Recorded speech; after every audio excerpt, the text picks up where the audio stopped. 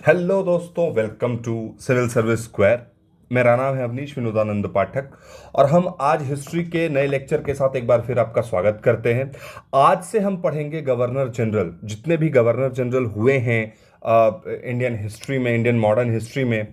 वो उनका क्रम क्या था, उनके टाइम होने वाले जो चेंजेस थे, जो उन बदलाव थे, जो पॉलिसीज थी, जो उन्होंने नियंत्रण करने के लिए तरह तरह के हथकंडे अपनाए, आप कह सकते हैं, उन सबको हम पढ़ेंगे। लेकिन हम सबसे पहले जानेंगे कि गवर्नर जनरल क्यों थे, मतलब गवर्नर जनरल का पद जो है क्यों क्रिएट किया गया था।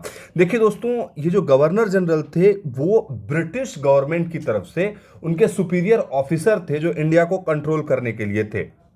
अब हुआ क्या कि बैटल ऑफ पलासी और बक्सर के बाद धीरे धीरे धीरे धीरे करके जो आपका है नियंत्रण बढ़ने लगा था अंग्रेजों का। पलासी के बाद बंगाल में और बक्सर ने एक निर्णायक युद्ध की भूमिका निभाते हुए अंग्रेजों का पूरा कंट्रोल भारत में बढ़ा दिया था। और इस कंट्रोल की देखरेख करने के लिए एक सही व्यक्ति का होना बहुत जरूरी है जो अंग्रेजों की तरफ से भारत में हो। तो इसीलिए गवर्नर जनरल का पोस्ट क्रिएट किया गया था। वैसे जब चीजें बढ़ रही होती हैं तो भ्रष्टाचार और गुटबाजी जैसी चीजें बढ़ जाती हैं। ये अंग्रेजों के साथ भी हो रहा था कि ब्रिटिश शासन में रिश्वतखोरी, भ्रष्टाचार, गुटबाजी बढ़ रही थी, उन पे भी किसी का डायरेक्ट कंट्रोल नहीं था। और इसी के लिए जो है गवर्नर जनरल का पोस्ट क्रिएट किया गया। दूसरी तरफ अगर हम देखें तो प्रशासन को केंद्रीकृत करने के लिए, यानी कि जो एडमिनिस्ट्रेशन है वो इधर उधर ना हो, सेंट्रलाइज्ड होकर रहे, उसके लिए भी आप कह सकते हैं कि इस पद को क्रिएट किया गया था। दूसरी तरफ अगर हम बात करें को जो आपको भारतीय राज्य हैं, छोटे छोटे राज्य हैं, उन सब पे नियंत्रण करना बहुत जरूरी था, क्योंकि क्राउन बैठा हुआ था इंग्लैंड में और उसको पूरे के पूरे इंडिया पे कंट्रोल करना है। तो उस कंट्रोल के लिहाजे से इस पोस्ट को क्रिएट किया गया था। और देखिए, बीच बीच में इसके नामों में बदलाव भी होता रहा, जैसे कि गवर्नर जनरल हो गया नाम। शुरुआत में गवर्नर जनरल ऑफ बंगाल था, फिर ये गवर्नर जनरल ऑफ इंडिया कहलाए, फिर अंततः ये वायसरॉय हो गए। तो आइए देखते हैं, इस क्रम को पढ़ते हैं कैसे कैसे क्या हुआ। तो सबसे पहले गवर्नर जनरल जो है वो है वारेन हेस्टिंग्स। ये 1772 से 85 ईस्वी तक रहे। इन्हें गवर्नर जनरल ऑफ बंगाल कहेंगे आप। इनके टाइम में क्या हुआ, देखिए दोस्तों, 1773 ईस्वी के रेगुलेटिंग एक्ट द्वारा बंगाल का इनको पहला गवर्नर जनरल बनाया गया। और 1772 में इन्होंने क्या किया, द्वैध शासन को समाप्त करके पूरी सत्ता अपने हाथ में ले ली। द्वैध शासन में जैसे ही बोल रहा हूं, आपको याद आना चाहिए इनका जो सबसे स्मार्ट जो इनका वो फैक्टर था जो बाद में बहुत इंपॉर्टेंट रोल निभाता है, लॉर्ड क्लाइव। लॉर्ड क्लाइव आपको याद आना चाहिए। लॉर्ड क्लाइव ने द्वैध शासन की शुरुआत की थी कि जो इंपॉर्टेंट मसले थे वो देख रहे थे ब्रिटिश, जिसमें फायदा था, और जो नॉर्मली डीलिंग के मसले थे वो देख रहे थे नॉर्मली वहां के सम्राट। तो इन्होंने क्या किया, इस पूरे मैटर को कर दिया खत्म। उन्होंने क्या किया, द्वैध शासन कर दिया समाप्त और पूरी की पूरी सत्ता ले ली अपने हाथों में। अब इन्होंने फिर क्या किया, जब इन्होंने ले लिया कंट्रोल तो अब इन्होंने थोड़े थोड़े चेंजेस लाने शुरू किए। सबसे पहले तो भू राजस्व में सुधार किया, यानी कि जो आपकी लैंड टैक्सेशन पॉलिसी है उसमें चेंजेस किया। इन्होंने क्या किया, 1772 में 5 वर्षीय ठेका पद्धति लाए। ठेका पद्धति मतलब जिसको आज आप टेंडर पद्धति कह सकते हैं, कि ऊंची बोली लगाने वालों को जमीन का ठेका दे दिया जाता था। और हुआ क्या कि जमींदार जिनको लग रहा था कि उनका पुश्तैनी हक है उस जमीन पर, उन्हें धीरे धीरे पहले डाउन कर दिया गया और सरकार को बना दिया गया भूमि का मालिक। लेकिन हुआ क्या कि यह पॉलिसी हो गई फेल, यह पद्धति असफल रही, क्योंकि 5 साल में जब कोई ठेका ले लेता था तो उसके पास 5 साल के लिए वो जमीन थी, वो उसका दोहन करता था और सही तरह से सरकार को जो टैक्स चाहिए था वो नहीं देता था। तो बाद में क्या किया गया, ठीक 1776 ईस्वी में 1 वर्षीय ठेका पद्धति की शुरुआत की गई, जिसके तहत जमींदारों को अधिक महत्व दिया गया। एक्चुअली जमींदारों के कंट्रोल में सीधे किसान थे, तो जो किसान मजदूर जमींदारों के कंट्रोल में थे, अगर आप जमींदारों को ही हटा देंगे तो धीरे धीरे करके क्या होगा, आपके प्रॉफिट आपको कम होने लगेंगे। ये अंग्रेजी सरकार समझ चुकी थी, लॉर्ड हेस्टिंग इसे समझ चुके थे, वारेन हेस्टिंग माफ कीजिएगा, वारेन हेस्टिंग इसे समझ चुके थे, क्योंकि किसानों पर डायरेक्ट कंट्रोल जमींदारों का है। यह समझ के इन्होंने 1 साल का ठेका किया शुरू। अब आते हैं न्यायिक सुधार पे। प्रत्येक जिले में एक जिला दीवानी तथा एक जिला निजामत न्यायालय स्थापित किए गए। एक जो दीवानी था और एक निजामत था, दोनों कोर्ट स्थापित किए गए। अच्छा, दीवानी न्यायालय कलेक्टर देखते थे और निजामत में भारतीय न्यायाधीश न्याय करते थे। अब देखिए हुआ क्या कि इन्होंने जो न्याय पद्धति है उसमें चेंज लाए। जो अभी तक ग्राम पंचायत का कंट्रोल था, धीरे धीरे उसको चेंज करके अब अभी आप आगे देखते जाएंगे, कोर्ट्स आएंगे, पुलिस थाना बनवाया जाएगा, अच्छी तरह से जो प्रशासन है उसको सुधार भी करेंगे और न्यायिक सुधार तो हो ही रहा है अभी। तो अपीलीय न्यायालय के रूप में सदर दीवानी जो 500 रुपए से अधिक मामले देखते थे वह सदर निजामत स्थापित किए गए, यानी 500 रुपए से कम के मामले में जिला दीवानी और जिला निजामत न्यायालय था और 500 रुपए से अधिक मामले में सदर दीवानी और सदर निजामत स्थापित किए गए। अच्छा, 1774 में सबसे बड़ा इंपॉर्टेंट यहां पर चेंज हुआ कि 1774 ईस्वी में कलकत्ता में सर्वोच्च न्यायालय की स्थापना की गई। ये कई बार सवालों में पूछा गया है और आप इस चीज पे हमेशा ध्यान रखेंगे कि ये बार बार पूछते हैं कि किस एक्ट के तहत किया गया। तो मैंने आपको बताया कि रेगुलेटिंग एक्ट 1773 के तहत। इसका क्षेत्राधिकार कलकत्ता नगर था, वह इसमें अंग्रेजी कानूनों के हिसाब से कार्य होता था। अब देखिए, जो कलकत्ता में यह बनाया गया तो इसका जो अधिकार क्षेत्र था वो कलकत्ता नगर को बनाया गया और इसमें अंग्रेजी कानूनों के तहत हिसाब कार्य होता था। अब इसके मुख्य न्यायाधीश का नाम कई बार पूछा जा चुका है, एलिजा एम्पे, और कई बार आगे भी पूछा जाएगा। बाहर के लोगों के मामले भी दोनों पक्ष सहमत होने पर न्यायालय सुन सकता था। अब क्या है, इसका वैसे तो क्षेत्र कलकत्ता था, लेकिन अगर बाहर के दो लोग हैं जिनमें की मतभेद है और जिन्हें लगता है कि उन्हें ये मामला आगे बढ़ाना है, तो वो कलकत्ता न्यायालय में आके इसका गुहार लगा सकते थे। अब देखिए, इन्होंने और एक चीज किया कि कोड ऑफ गेंटू लॉज नाम से हिंदू कानूनों का संकलन किया। देखिए, हिंदू कानून अपने आप में बहुत ज्यादा डाइवर्स था उस समय, सारे कुछ एक जगह नहीं थे, अलग अलग तरीके से फैसले हो रहे थे। तो इन्होंने क्या किया, सबसे पहले कोड ऑफ गेंटू लॉज नाम से हिंदू कानूनों का एक जगह संकलन बनाया। अब 1791 में क्या होता है, विलियम जोन्स व कॉलब्रुक ने डाइजेस्ट ऑफ हिंदू लॉज एक बुक छापी। ये इंपॉर्टेंट बुक है, आप इसका नाम नहीं भूलेंगे। अच्छा, फतवाए आलमगीर का इन्होंने अंग्रेजी में अनुवाद भी किया। आप देख रहे हैं कि जो भी न्याय संगत चीजें हैं या फिर जो भी ऐसी चीजें हैं जिनका उपयोग न्याय व्यवस्था में आगे चलकर किया जा सकता है, ये धीरे धीरे उसका ट्रांसलेशन इंग्लिश में करवा रहे हैं। अच्छा, विलियम जोन्स ने 1784 ईस्वी में एशियाटिक सोसाइटी ऑफ बंगाल की स्थापना की, जिसका कार्य प्राचीन भारतीय पांडुलिपियों का अंग्रेजी भाषा में अनुवाद करना था। यहां तक कि विल्किंसन ने भगवत गीता का अंग्रेजी अनुवाद किया। तो जो ये अनुवाद हो रहे हैं, ये धीरे धीरे हिंदू रिलीजियस टेक्स्ट से लेके जो हिंदू लॉ बुक्स हैं, ये सब धीरे धीरे उसमें इंग्लिश में जाके अनुवाद कर रहे हैं कि आखिर इनसे हम कैसे न्यायिक व्यवस्था में इनका काम ले सकते हैं। वहीं नंद कुमार नामक एक बंगाली ब्राह्मण को मृत्यु दंड की सजा दिलाई। अब देखिए, उस टाइम ब्राह्मणों को मृत्यु दंड की सजा नहीं होती थी, ये नेक्स्ट टू इम्पॉसिबल था, लेकिन इन्होंने सजा दिलवाई क्योंकि इसने हेस्टिंग पर मुन्नी बेगम से रिश्वत लेने का आरोप लगाया था। ये धीरे धीरे अपने जो बनाए हुए लॉ थे उसका इंपैक्ट भी दिखाते हुए जा रहे थे। अब बनारस के राजा चैत सिंह को हटाकर उसके भतीजे महीप नारायण को राजा बनाया। इन्होंने महीप नारायण को बना दिया राजा। अच्छा, अवध के खजाने को भी लूटा इसने। फरवरी 1785 ईस्वी में हेस्टिंग जब इंग्लैंड पहुंचा तो बर्क द्वारा उसके ऊपर महाभियोग लगाया गया, परंतु अंत में उसे आरोपों से मुक्त कर दिया गया। तो ये थी वारन हेस्टिंग्स की कहानी। अब हम चलते हैं कॉर्नवालिस पे। अच्छा, ये चलते हैं कॉर्नवालिस पे। कॉर्नवालिस 1786 से 93 तक रहता है। इसने क्या न्यायिक सुधार किए, देखिए, इसने जिला फौजदारी न्यायालयों के स्थान पर 4 भ्रमणशील अदालतें स्थापित कर दी, जिसमें से कि 3 बंगाल और एक बिहार में थी। कलेक्टरों से न्यायिक अधिकार इसने छीन लिए। जो पहले कलेक्टर न्याय कर रहे थे दीवानी में, अब उससे वो अधिकार छीन लिए। अच्छा, दीवानी न्यायालयों की एक श्रृंखला बनाई इसने, और कैसे बनाया वो श्रृंखला? एक था मुंसिफ, जिसमें 50 रुपए तक के मुकदमे थे। रजिस्ट्रार 100 रुपए तक के मुकदमे देख रहे थे। वहीं जिला न्यायाधीश 200 रुपए तक के मुकदमे देख रहे थे। प्रांतीय न्यायाधीश 1500 रुपए 1000 तक के मसले देख रहे थे, जो कलकत्ता, मुर्शिदाबाद, ढाका और पटना में था।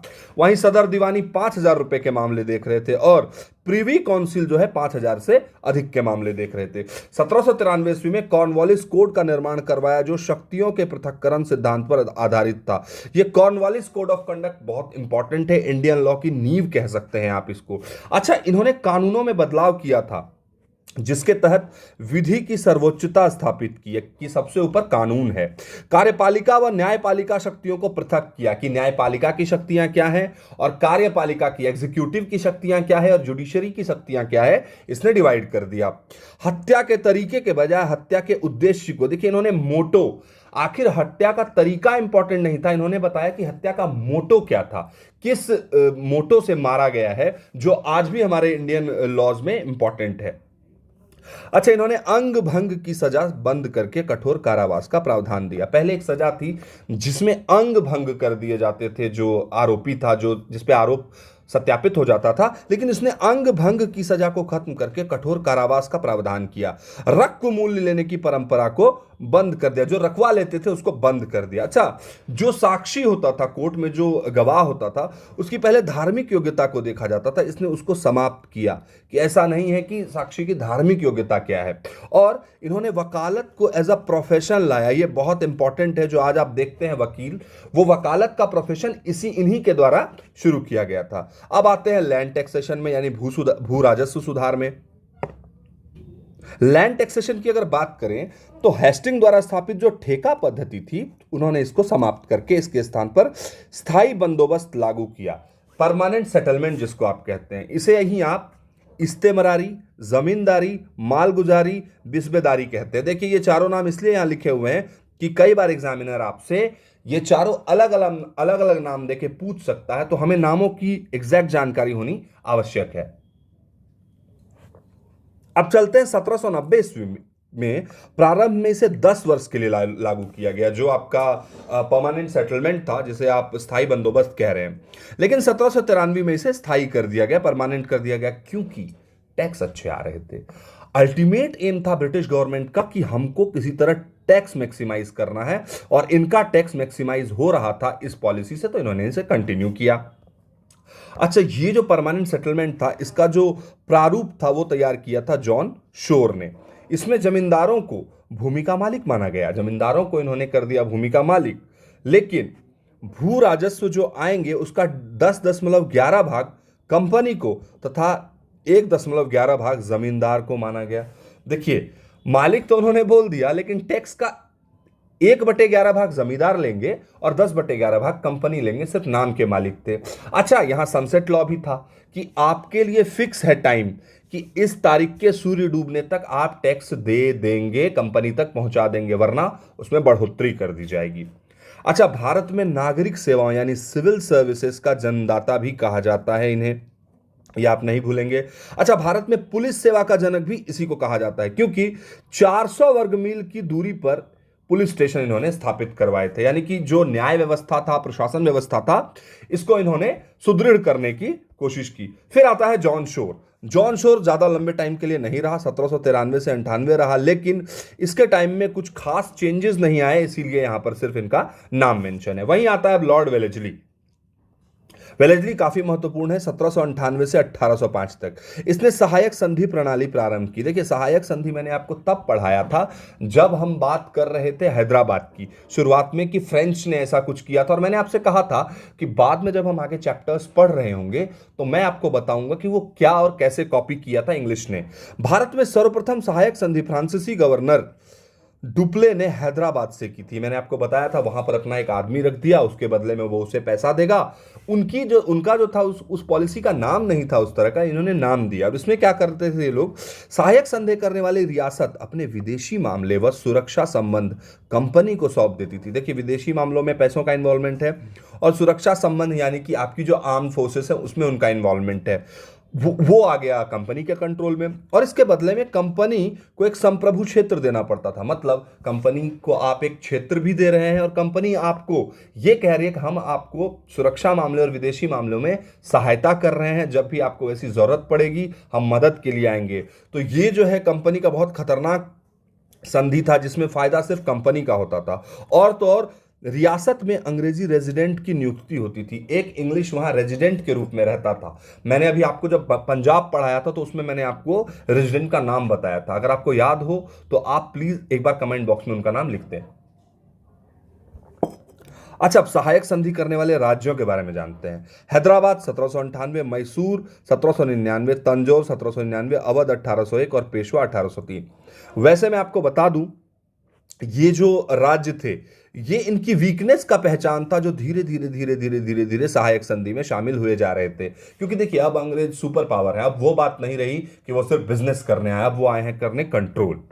अच्छा, 1800 ईस्वी में कलकत्ता में नागरिक सेवकों के प्रशिक्षण के लिए फोर्ट विलियम कॉलेज की स्थापना की गई। जो सिविल सर्विस थे उनको ट्रेनिंग देना पड़ता था, तो उसके लिए इन्होंने फोर्ट विलियम कॉलेज की स्थापना की, जिसको बाद में हेल्बरी ईस्ट इंडियन कॉलेज के नाम से, जो इंग्लैंड में था, वहां ट्रांसफर कर दिया गया। अब इसी टाइम में हुआ था सेकंड आंग्ल मराठा युद्ध, जहां इनके टाइम में, और चतुर्थ आंग्ल मैसूर युद्ध। इसमें मुख्य अंग्रेज सेनापति आर्थर वेलेजली ही था। अच्छा, बंगाल का शेर उपनाम से यह प्रसिद्ध था। तो आपने अभी तक ये पढ़ा कि कौन से जो गवर्नर जनरल हैं उनके टाइम पे क्या क्या चेंजेस आए। फिर आता है लॉर्ड कॉर्नवालिस। इसकी नियुक्ति होती है दोबारा, और ये गाजीपुर यूपी में इसकी हो जाती है मृत्यु। फिर आता है जॉर्ज बार्लो, ये 1805 से 1807 तक भारत में गवर्नर जनरल के रूप में रहता है। और 1806 ईस्वी में वेल्लोर में सिपाही विद्रोह इसके वक्त होता है, इसलिए यहां यह मेंशन किया गया है, और यह धार्मिक चिन्हों के कारण हुआ था। इस समय मद्रास का गवर्नर विलियम बेंटिक था। जी हां, इस समय विलियम बेंटिक मद्रास का गवर्नर था, जो कुछ देर बाद गवर्नर जनरल ऑफ इंडिया बनेगा फर्स्ट, आप देखते जाएंगे। फिर आता है लॉर्ड मिंटो प्रथम, 1807 से 1813 तक। इनके टाइम में इंपॉर्टेंट जो हुआ, 1809 में अमृतसर की संधि हुई रणजीत सिंह के साथ। अंग्रेज प्रतिनिधि चार्ल्स मेटकाफ थे, ये हमने पंजाब में भी डिस्कस किया है। इसके बारे में डिटेल के लिए आपको पंजाब व अंग्रेज के टॉपिक को पढ़ना होगा। अच्छा, फिर आता है लॉर्ड हेस्टिंग्स, 1813 से 1823 तक। इसके टाइम में प्रथम आंग्ल नेपाल युद्ध हुआ 1814 से 16 के मध्य, और यह 16 में संगोली की संधि के द्वारा यह युद्ध समाप्त हो गया। और इस संधि में क्या कुछ हुआ, गढ़वाल व कुमाऊं अंग्रेजों के अधिकार में आ गए, शिमला, रानीखेत, नैनीताल अंग्रेजी नियंत्रण में आ गए, वहीं काठमांडू में ब्रिटिश सेना रहेगी, और गोरखों ने सिक्किम पर अधिकार छोड़ दिया। देखिए, हुआ क्या कि इस युद्ध के वक्त अंग्रेजों को गोरखा सैनिकों का इंपॉर्टेंस पता चल गया कि ये पहाड़ी क्षेत्रों में मार करने में बहुत अच्छे और काफी, मतलब जिसको कहते हैं पराक्रमी योद्धा हैं। तो बाद में ये क्या करते हैं, इस संधि के बाद गोरखा सैनिक ब्रिटिश सेना में भर्ती होने लगे, जो 1857 की क्रांति में राजभक्त बने रहे। देखिए, अब बाद में जब हम 1857 की क्रांति पर जाएंगे तो हम देखेंगे कि गोरखा सैनिकों का इस्तेमाल अवध, बिहार, बंगाल के सैनिकों के विरुद्ध बाद में करेगी ब्रिटिश गवर्नमेंट, क्योंकि विरोध वहीं से उत्पन्न हुआ था, ये हम आगे पढ़ेंगे। और इनका इन्वॉल्वमेंट तृतीय आंग्ल मराठा युद्ध में भी था। इन्होंने पिंडारियों का दमन किया था। उत्तरी सेना की कमान संभाली थी हेस्टिंग्स ने, दक्षिणी सामान दिया था टॉमस हिस्लोप को। पिंडारियों के प्रमुख नेता जो हैं वो थे चीतू। पिंडारियों से सवाल पूछा जाता है, इसीलिए यहां पर मेंशन स्पेशली किया गया है। जिन्हें जंगल में चीता खा गया। वजील मोहम्मद को जेल में आत्महत्या कर लेता है। करीम खान गोरखपुर के पास जागीर दे दी गई, और अमीर खान को टोंक की जागीर दे दी गई। इस तरह से पिंडारी, जो एक बहुत अच्छे रेबल हुआ करते थे, उनका दमन कर दिया गया। अच्छा, इसने मुगल सम्राट से मुलाकात के लिए मना कर दिया गया था। आप याद कीजिए, एक पीरियड था, ये मुगल दरबार में आके उनके लैंग्वेज में आके रिक्वेस्ट कर रहे थे कि हमें फैक्ट्री खोलनी है, और आज ये दिन है कि इन्होंने मुलाकात तक के लिए मना कर दिया। यानी इनकी पावर इतनी ज्यादा बढ़ चली है। अच्छा, भू राजस्व सुधारों के तहत मद्रास में टॉमस मुनरो तथा बंबई में एलिफिस्टन ने रैयतवारी व्यवस्था लागू की। जैसे बंगाल वाले एरिया में परमानेंट सेटलमेंट, स्थायी बंदोबस्त था, उसी तरह से रैयतवारी व्यवस्था यहां लागू की गई। अब आते हैं जॉन एडम्स। जॉन एडम्स 1823 में आते हैं। समाचार पत्रों पर प्रतिबंध लगाया इन्होंने। यह पूछा जाता है 1823 में समाचार पत्रों पर प्रतिबंध किसने लगाया था। 1823 ईस्वी के अनुज्ञप्ति नियम यानी द लाइसेंसिंग रेगुलेशन ऑफ 1823 के कारण राजा राम मोहन राय की समाचार पत्र मिरातुल अखबार बंद करना पड़ा था। राजा राम मोहन राय, जो भारतीय रेनेसा के जनक कहे जाते हैं, भारतीय पुनर्जागरण के जनक, उनकी एक अखबार थी मिरातुल अखबार, उनको वो तक बंद करना पड़ा था इस नियम के कारण। फिर आते हैं लॉर्ड एमरेस्ट। लॉर्ड एमरेस्ट 1823 से 28 के लिए आते हैं। यह मुगल बादशाह से बराबरी के स्तर पर मुलाकात करता है। प्रथम आंग्ल बर्मा युद्ध जो 1824 से 26 के मध्य होता है, ये उसमें भी रहता है। यान्दवू की संधि से यह समाप्त हुआ। तो आपसे क्वेश्चन में एक बार पूछा था, मुझे याद है, कि यान्दवू की संधि किस युद्ध के बाद हुई थी। अच्छा, बैरकपुर छावनी में इस वक्त हो जाता है सैनिक विद्रोह। सैनिकों को बर्मा भेज रहा था, जबकि उस समय समुद्र पार जाने पर धर्म भ्रष्ट माना जाता था, यानी कलिवज्जे। कलिवज्जे का मतलब होता है ऐसा काम जो कली के एज में यानी कलयुग में वर्जित हो, ये उसे कलिवज्जे मानते थे। भारतीय सैनिक उस वक्त समंदर पार जाना, और ये उन सैनिकों को भेज रहा था। बाद में आप देखिएगा, जब आप 1857 की क्रांति पढ़िएगा, तो ये जो रीजन है, ये भी एक रीजन बनेगा उस क्रांति के। अब आगे बढ़ते हुए चलते हैं लॉर्ड विलियम बेंटिक पे। देखिए, लॉर्ड विलियम बेंटिक जो है वो काफी जो है उदारवादी किस्म का था, विक कहते थे उसे। मैं तो केवल नाम मात्र से ही राज करूंगा, परंतु आप हैं जो वास्तव में राज करेंगे। बेंटिक का पत्र जेरेमी बेंथम के नाम। जो जेरेमी बेंथम है वो इंग्लैंड के बहुत बड़े न्यायविद, दार्शनिक और विधिक व सामाजिक सुधारक थे। तो आप देख रहे हैं जो इसकी जो आस्था है वो ऐसे लोगों के प्रति है जो दार्शनिक है, समाज सुधारक हैं।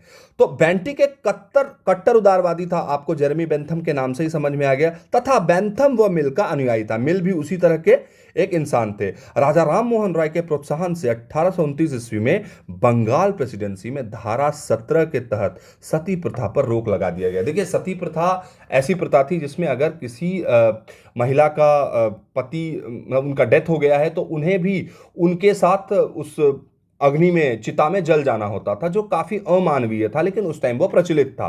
तो राजा राम मोहन रॉय ने प्रोत्साहन दिया, तो 1829 में बंगाल प्रेसिडेंसी से हटा दिया गया, और उन्होंने 1830 में से पूरे ब्रिटिश भारत में लागू कर दिया।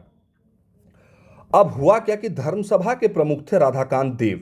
इन्होंने सती प्रथा पर प्रतिबंध का विरोध किया। देखिए, जो प्रथा होती है, कुछ लोग उसके उस टाइम समर्थक होते हैं, कुछ विरोधी। समर्थक जो थे वो थे राधाकांत देव, इन्होंने इस बात का विरोध किया। लेकिन जो उसके विरोधी थे वो थे राजा राम मोहन राय, उन्होंने समर्थन किया विलियम बेंटिक का, और ये समाप्त कर दिया गया। और विलियम बेंटिक के टाइम क्या हुआ, अभी तक तो ये गवर्नर जनरल ऑफ बंगाल कहला रहे थे, लेकिन 1833 ईस्वी के चार्टर एक्ट द्वारा इन्हें भारत का गवर्नर जनरल घोषित किया गया, जिसे अब यहां से हम बोलेंगे गवर्नर जनरल ऑफ इंडिया। और ये तब तक बोलेंगे जब तक वॉइसरॉय शब्द नहीं आ जाता है। अच्छा, लॉर्ड मैकॉले ने आंग्ल प्राच्य विवाद का निवारण किया। अच्छा, प्राच्य शिक्षा के जो समर्थक प्रिंसेप बंधु व विल्सन के अनुसार भारतीयों को संस्कृत तथा फारसी में प्राचीन भारतीय ज्ञान की शिक्षा दी जाए। वहीं आंग्ल शिक्षा के समर्थक Trevelyan, Elphinstone, Munro, Macaulay, Bentinck, Raja Ram Mohan Roy के अनुसार भारतीयों को अंग्रेजी माध्यम में यूरोपीय ज्ञान विज्ञान की शिक्षा दी जाए। देखिए, ये ना शिक्षा का थोड़ा सा वो था कि एक चाह रहे थे कि पुराने स्टाइल में शिक्षा दी जाए, जैसे कि संस्कृत और फारसी में, जो एंशियंट और मेडाइवल में चलता आ रहा था। एक दूसरा पक्ष था जो चाहता था इंग्लिश में शिक्षा दी जाए। तो ये उसके बैटल को दिखाया गया, डिस्कशन को। अच्छा, मैकॉले ने एक सिद्धांत दिया, अधोमुखी निस्पंदन सिद्धांत, जिसे हम कहते हैं डाउनवर्ड फिल्ट्रेशन थ्योरी। मतलब देखिए, आप सबसे ऊपर वाले वर्ग को पढ़ा दीजिए, वो धीरे धीरे अपने नीचे के वर्ग को पढ़ाता और शिक्षित करता जाएगा। ये 2 फरवरी 1835 की बात है, जिसके अनुसार उच्च वर्गीय भारतीयों को अंग्रेजी माध्यम में पाश्चात्य ज्ञान विज्ञान की शिक्षा दी जानी चाहिए। 1835 में अंग्रेजी को प्रशासनिक भाषा बना दिया गया, और वहीं 1835 में कलकत्ता में मेडिकल कॉलेज की स्थापना की गई। ये जो वन लाइनर है, ये एकदम फैक्ट है, सीधे पूछ सकता है आपसे एग्जाम में। कॉर्नवालिस द्वारा स्थापित भ्रमणशील अदालतों को, जो 3 बंगाल और 1 बिहार में थी, इन्होंने बंद करवा दिया। न्यायालयों में फारसी के स्थान पर विकल्प के तौर पर स्थानीय भाषाओं का प्रयोग को इन्होंने प्रोत्साहन दिया। वहीं 1831 में मैसूर तथा 1834 में कुर्ग का कछार का विलय कर दिया गया। ठीक है। अफीम के व्यापार का नियमन कर केवल बॉम्बे बंदरगाह को इसके लिए अधिकृत किया गया। देखिए, अफीम जो है बहुत फेमस प्रोडक्ट था, जिसको हमने शुरू में भी पढ़ा है। व्यापारी के तौर पे अंग्रेज लोग, यूरोपियंस बहुत ज्यादा लाते ले जाते थे। अब इसके जो है बिजनेस को कंट्रोल किया गया। सिर्फ बॉम्बे बंदरगाह था जहां से अफीम जा सकता था, और कहीं पर यह अवैध हो जाता। समाचार पत्रों के प्रति उदार दृष्टिकोण अपनाया। वह इन्हें असंतोष से रक्षा का अधिकार मानता था। मतलब वो जो विलियम बेंटिक था, वो इसको असंतोष से रक्षा का अधिकार मानता था। अच्छा, कर्नल स्लीमैन, ये सवाल बीपीएससी में भी आया है कि कर्नल स्लीमैन के नेतृत्व में ठगी का उन्मूलन किया। पहले ठगी जो है काफी फेमस थी, इसका उन्मूलन किया, बहुत सारे ठगों को मारा इन्होंने। अच्छा, मैकॉले गवर्नर जनरल की कार्यकारी परिषद का विधि सदस्य था, लॉ मेंबर था ये। इसकी अध्यक्षता में पहला विधि आयोग बना था, ये भी सवाल पूछा जा चुका है। तो ये था विलियम बेंटिक से रिलेटेड पॉइंट। अब चलते हैं सर चार्ल्स मेटकॉफ, ये 1835 से 36 तक रहे। इन्हें समाचार पत्रों का मुक्तिदाता कहा जाता है, मतलब जो बैन लगे हुए थे समाचार पत्रों पे, इन्होंने उन बैनों को हटवाया। फिर आता है लॉर्ड ऑकलैंड, 1836 से 42 तक। यह प्रथम आंग्ल अफगान युद्ध के दरमियान रहा, यानी 1839 से 42 तक। कारण क्या था कि अफगान शासक दोस्त मोहम्मद को रूस के साथ दोस्त मोहम्मद ने रशिया के साथ दोस्ती कर ली थी और अंग्रेजों को डर था ये वहां से मिलकर हम पे हमला करेगा, तो इन्होंने अफगान के साथ युद्ध कर लिया। रणजीत सिंह शाह सूजा जो काबुल के थे, वह अंग्रेजों के मध्य त्रिपक्षीय समझौता 1838 ईस्वी में हुई। ये आपको मैंने पंजाब वाले चैप्टर में पढ़ाया है, आप चाहें तो वहां भी देख सकते हैं। 1839 में कलकत्ता से दिल्ली तक जीटी रोड का निर्माण इनके टाइम में हुआ। फिर आते हैं लॉर्ड एलनबरो, 1842 से 46 तक। अगस्त 1843 में चार्ल्स नेपियर ने सिंध को ब्रिटिश साम्राज्य में मिला लिया। अब सिंध जो है अब वो ब्रिटिश साम्राज्य में आ गया। चार्ल्स नेपियर के शब्दों में, सिंध विजय एक एकाकी घटना नहीं था, यह तो अफगान तूफान की पूंछ थी। आप सोचिए अफगान का तूफान कितना स्ट्रांग था कि सिंध विजय सिर्फ उसकी पूंछ थी। सर डब्ल्यू बटलर नेपियर की जीवनी में लिखते हैं कि जैसे एक व्यक्ति अपनी प्रेमिका के लिए व्याकुल होता है, उसी प्रकार वह व्यक्ति युद्ध के लिए व्याकुल था। युद्ध की व्याकुलता उसमें इतनी ज्यादा थी। सिंध विलय पर वहीं एलिफिस्टन स्पष्टता से कहते हैं कि अफगानिस्तान से वापस आकर ये लोग यानी कि अंग्रेज एक उस निर्दयी पुरुष की भांति बन गए हैं जिसको गली में मार पड़ी हो और बदले में वह घर आकर अपनी पत्नी को पीटता है। आप सोचिए अफगानी कितने स्ट्रांगली लड़े थे इनसे। वहीं अगर हम बात करें तो 1843 ईस्वी में अधिनियम 5 के तहत दास प्रथा तथा को प्रतिबंधित किया गया। ये बहुत इंपॉर्टेंट पॉइंट है, कई बार एग्जाम्स में आ चुका है कि 1843 ईस्वी में किस अधिनियम के तहत, तो अधिनियम 5 के तहत, और किस प्रथा को, दास प्रथा को प्रतिबंधित किया गया। आप देखिए सती प्रथा का भी प्रतिबंध हुआ, दास प्रथा हुआ, समाचार पत्रों को मुक्ति मिली। उल्लेखनीय है कि दास प्रथा पर प्रतिबंध का प्रावधान 1833 ईस्वी के चार्टर एक्ट में था, पर यह इंप्लीमेंट नहीं हो पाया था वहां पे। अब आते हैं लॉर्ड हार्डिंग पे। लॉर्ड हार्डिंग के टाइम पे प्रथम सिख युद्ध 1845 से 46 तक हुआ। दोस्तों आज के लिए हम इतना ही। इसके आगे लॉर्ड डलहौजी है जिसके टाइम पे भी बहुत सारी इंपॉर्टेंट घटनाएं हुई हैं। अभी हम अपने जो है पूरे लेक्चर को यहीं तक समेटते हैं और उम्मीद करते हैं आप इसके हर पॉइंट को अच्छे से रिवाइज करेंगे ताकि आपको आगे चल के जो है इसका कोई पॉइंट मिस ना हो और एग्जाम में इन्हीं पॉइंट से सवाल मोस्टली पूछे जाते हैं। तो अब तक जो हमने गवर्नर जनरल की शुरुआत की है ये उसका पार्ट 1 है और आगे हम इसको फिनिश करेंगे। लेकिन आप क्या करेंगे, इसको एक बार सिंपली 1 के स्पीड में सुनेंगे, फिर आपको अगर 1.5 या 2 जो भी पॉसिबल लगे आप सुने। अगर हो सके तो आप इसके नोट्स बना सकते हैं और जितना ज्यादा इसको आप रिवीजन करेंगे, मैं आपको बता रहा हूं रिवीजन इज द की। आप जितना ज्यादा रिवीजन करेंगे एग्जाम में आपको एक बार में 4 ऑप्शन में एक ऑप्शन टिक करना होगा। आपका जितना कम टाइम लगेगा उतना ज्यादा आपके लिए आसान होगा। तो तब तक के लिए रिवीजन करते रहिए, पढ़ाई करते रहिए, अपना बहुत सारा ख्याल रखिए। नमस्कार, जय हिंद।